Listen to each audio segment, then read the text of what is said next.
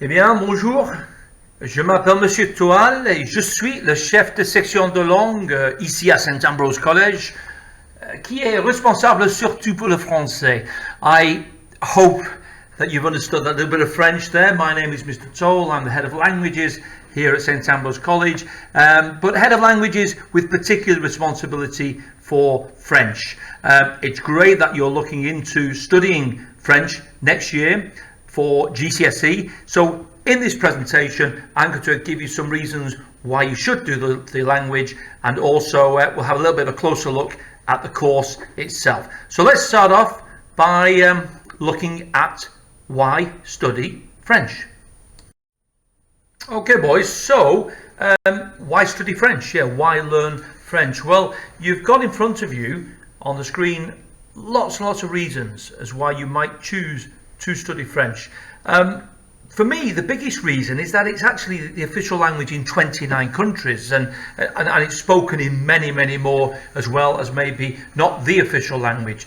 And that is, to me, is a big part of the course and what we will be looking at over the next 2 years.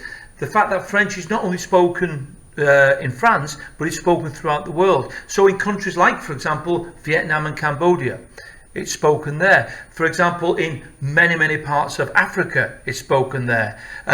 French is spoken, for example, in Canada, isn't it? In the Quebec, in the region of Quebec, it's French speaking. I remember going to the Caribbean and landing on a little island in the Caribbean called Saint Barthélemy, St. Bart's, and suddenly I was surrounded by French-speaking people. It's a French-speaking island. So my point is that when we study the course, we're going to be studying the course not just from what happens in France and the opinions of people from France, but also the opinions and the culture and basically the outlook of French-speaking people throughout the world. And it does also mention career opportunities. So let's just have a look at those.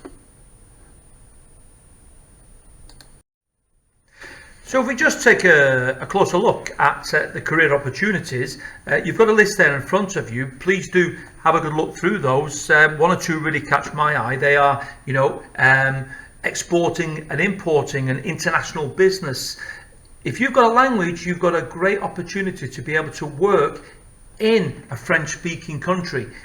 Particularly if you've got French, you might be able to actually prefer to work for a company where you're doing translation. It could be medical translation, software translation. There are a lot of companies now that are looking for people who can translate their literature into French. You could become a teacher. You could become a head of languages at St. Ambrose College in the future. Who knows? But not just a teacher in this country, but maybe teaching English as a second language. So for example, you might work in a French-speaking country, but you're teaching English over there. The fact that you speak French will give you that advantage to get in the job because you are a French speaker. And just looking as well, just one more I want to mention is law. There are universities, there's certainly one university I know in the UK which actually offers law with French. So by doing that degree, it gives yourself a chance to get a law degree, but also to keep that language going. So it might be that you end up working as a lawyer or working for a company, but specializing in law in a French-speaking country, for example, in Quebec, or in some parts of Africa or whatever. So lots and lots of career opportunities, boys, with French. Okay boys, so moving on to the course itself. Well, for the 2-year course, for the GCSE course itself, we use the GCSE French higher book, which again is part of Caboodle. So you will all get your own online copy of the book.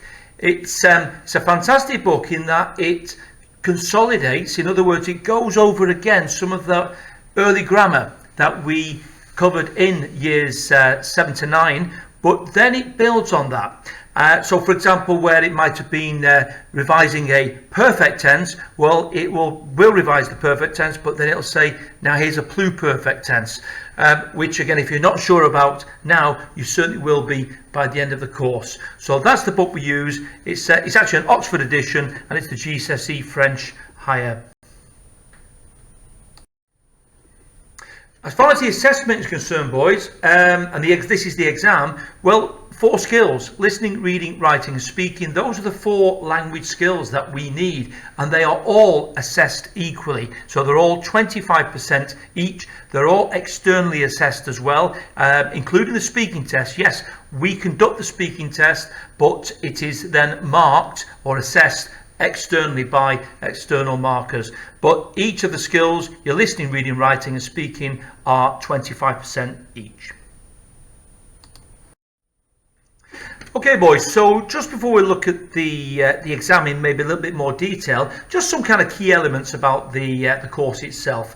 The topics that are covered are very current and I think are very relevant, and we'll just have a close look at those on the next slide. But before we do, just to mention, there's no controlled assessment. It's all externally assessed. Remember, there is a speaking test, which includes role plays and photo cards. Yep, but the speaking test is conducted by us, the teachers, but it is assessed externally. Short translations to and from French, so from English to French and French to English. That shouldn't be a problem, boys. We've been doing that now from year 7. Just so you know, tiered papers. In other words, that means you can't mix and match. You can't do a foundation listening and a higher reading. You've got to do foundation or higher in all the papers. But what I will say is that we, in French, all do higher. That is the expectation. We all do higher. There's nobody yet who has done foundation. So that is the expectation. We all do higher. That's what we're aiming for. And just finally, no dictionaries. Unfortunately, you can't use a dictionary in the exam itself. So looking very quickly at the topics, well, I'm not going to go through them all. You can look at them in your own time, but I would just say that, you know, the thing with the topics is that hopefully they're relevant. You know, youth, culture, self and relationships, you know, your relationships with your family, with your friends. What are they like? You've got to be able to say that and write that and understand that in French. Health and fitness, a big topic these days.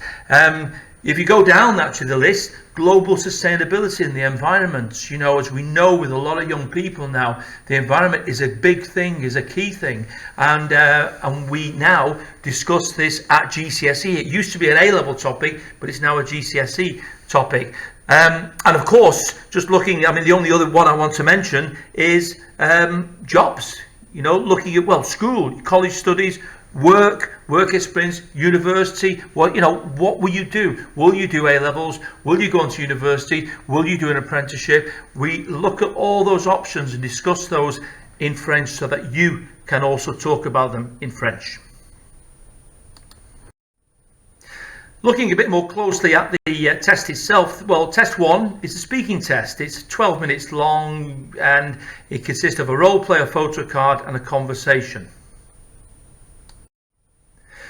Here's an example of a role play. If you look at that, it says "Vous parlez avec le réceptionniste d'un hôtel en France." You're talking with the receptionist of a hotel in France, and you obviously what you have to ask for is a room, and you've got to say for how many people. So it would be "Je voudrais une chambre pour 2 personnes." For 2 people, or 3 personnes, or whatever it is, you decide.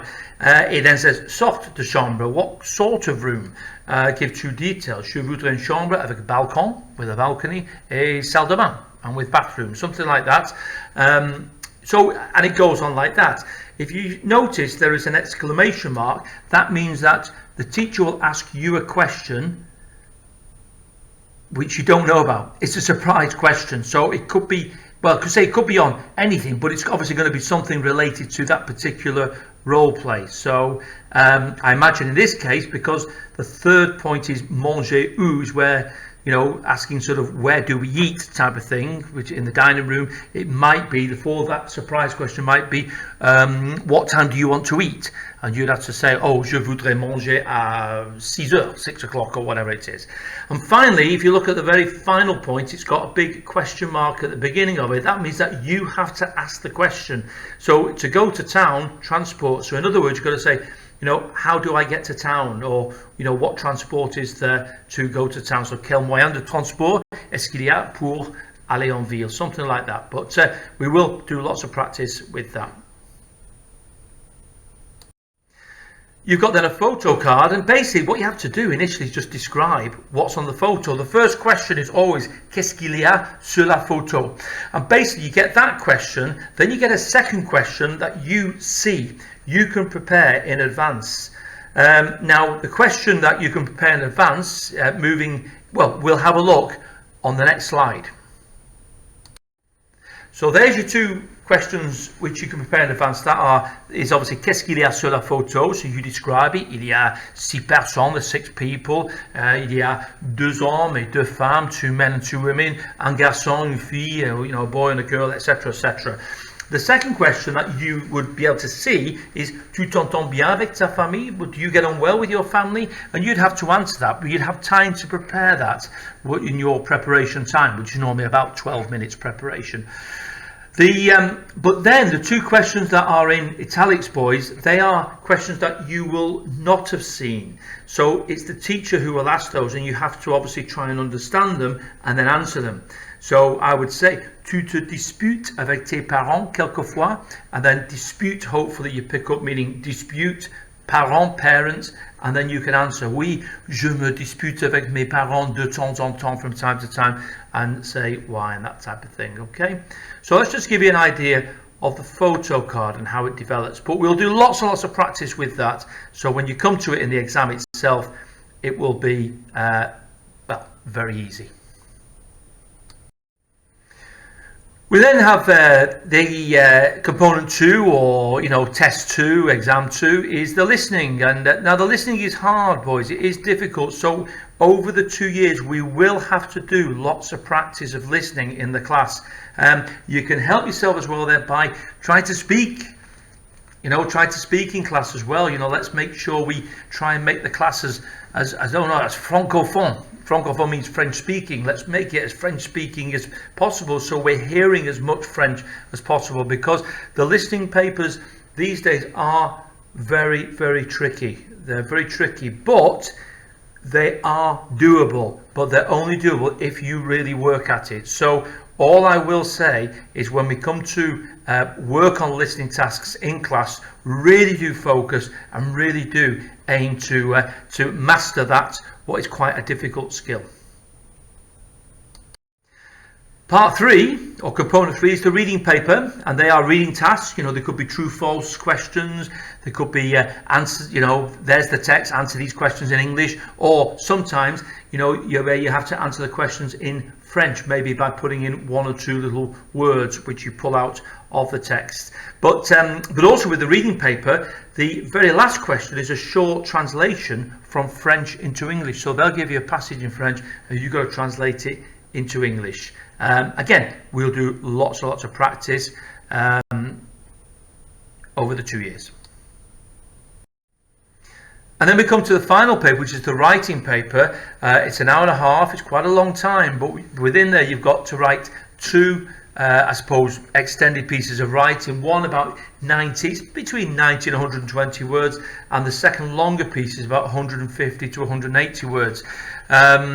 Again, we really do encourage you to use your imagination. We'll guide you, boys, as to what you need to do, what do you need to bring in to get that grade 7, that grade 8, that grade 9 even.